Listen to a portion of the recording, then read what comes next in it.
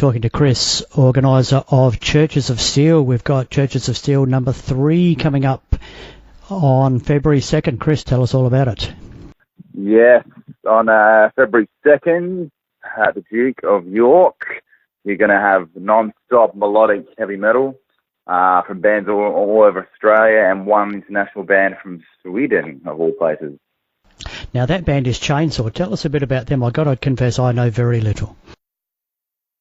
Now, I'm probably not too far from you, mate. I don't know heaps about them, but a random metalhead approached me about having them over, and I checked them out, and they have a sort of Exodus, Slayer, Forbidden kind of sound. I didn't think there was any thrash metal bands in Sweden, to be honest. And, from there I just thought, why not? So I threw them on the bill and booked them on an entire Australian tour. So that's what's happening at the same time. It's going to be awesome. It's going to be nuts. I mean, the Churches of Steel shows normally are, but this lineup, this is insane. We've got Desecrator coming over from Victoria. Very keen to see them. Elm Street, I Fear, Matterhorn, Espionage, Carbon Black, Gypsy, Lady Crimson, Awakened Solace, Trigger, Oath of Damnation, Garage Days, we'll get to that one in a minute, Acid Wolf, Audio Rain, Devoneer and Lug. How are we going to fit all this in one day, Chris? Mate, you're going to have any time to go to the bar. You're going to have your own personal service while you're watching all these bands because you don't want to miss a minute of it. 2 stages, I'm guessing? 2 stages, one in the beer garden and one upstairs. We did look into some council approval to have 1 stage outside, but it got refused because of all the road work. What do you know? So I was trying to have a bit of a laneway kind of vibe, but I didn't get approved this year. So it'll just be 1 stage upstairs and one in the beer garden. Right, now a number of bands that people will see on the bill, they would have either seen or heard about: Desecrator, Elm Street, I Fear. That's right. The bands at the top they would have heard of before. So I think that's why they're at the top of the poster there. I Fear, we saw them at the very first Churches of Steel. They've got a new singer now as well. So that'll be his first Adelaide live showcase. He's a singer in a band called Kill Death Ratio in Melbourne. It's his first Adelaide debut with the band, so he's going to have a wicked time, of course. Desecrator have just done a massive tour. Last year they went around with, or the year before maybe, with Airborne. They did a huge tour there, opening up for Airborne every night in Europe. I'm talking thousands and thousands and thousands of people they played to. So Adelaide get a nice little intimate show there at Churches of Steel. Espionage coming back over from Melbourne after their show at Shredfest. We've got Carbon Black. They'll be playing stuff off their most recent album, which is a good one. Gypsy. What's the story with Gypsy? Gypsy, mate, are a rock and roll band from Sydney. They have a lot of energy. They've got an iconic photo that one of my favourite photographers in Sydney took of the singer just jumping right up into the air. I've never seen anyone jump that high before. It's like a Van Halen style jump. They're a wicked band. They're going to go off at Churches. I'm so glad to finally book them. Espionage, the guitarist, Dennis was in my ear about it. You have to book them, man. So, they're going to be good. They opened up for Striper in Sydney as well. Awesome. And Awakened Solace coming down from Queensland. Yes, they've been a band on my list for a while. Good old Zachy Hammett, one of our great followers of Church of Steel. He recommended them, and I checked them out, and they suit the style of the festival with the symphonic vibe. They're going to be really interesting. They're probably going to be one of the only few bands, with a chick singer besides Matterhorn, I believe. Yeah, okay. Queensland, they're full of surprises, aren't they? Yes, and 4X beer, of course. Trigger coming back over from Victoria with their new singer. That'll be the first time he's played here.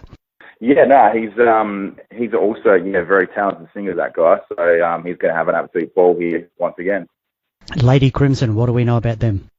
Lady Crimson have the drummer from Espionage. Also approached me about playing. Checked them out. Yeah, they're more of like a glammy hard rock kind of band with lost sleeves. So your Guns N' Roses sort of style band. So they're going to go off. I'm actually really excited this year that there is a few more hard rock kind of bands that would probably never get a chance of playing Adelaide. So I'm glad there's a festival like this that they can hop on and play if people actually support it and go. On the poster, Garage Days tribute set. What's the deal there? That a show closer? Yes, every year I've had a cover band finish off at the very end. The last thing you want to hear on the day when you've been drinking in hot summer is just tunes that you know. So it's sort of a chance for everybody to get together and just celebrate what the festival is and have a good time and drink and just enjoy some metal covers. Iron Maiden to Priest to Motorhead.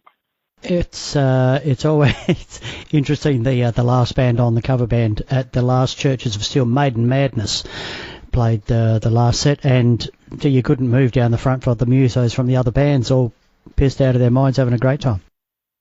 Yeah, that's it. That's why I put it on. It's kind of like because I've played a lot of these festivals and I've played Hidden Intent and local shows as well. And every band doesn't really like playing last, so I thought of this idea of having a cover band finish off so that all the musicians that have played the whole day can just relax and just enjoy themselves, arm to arm, and just embrace heavy metal.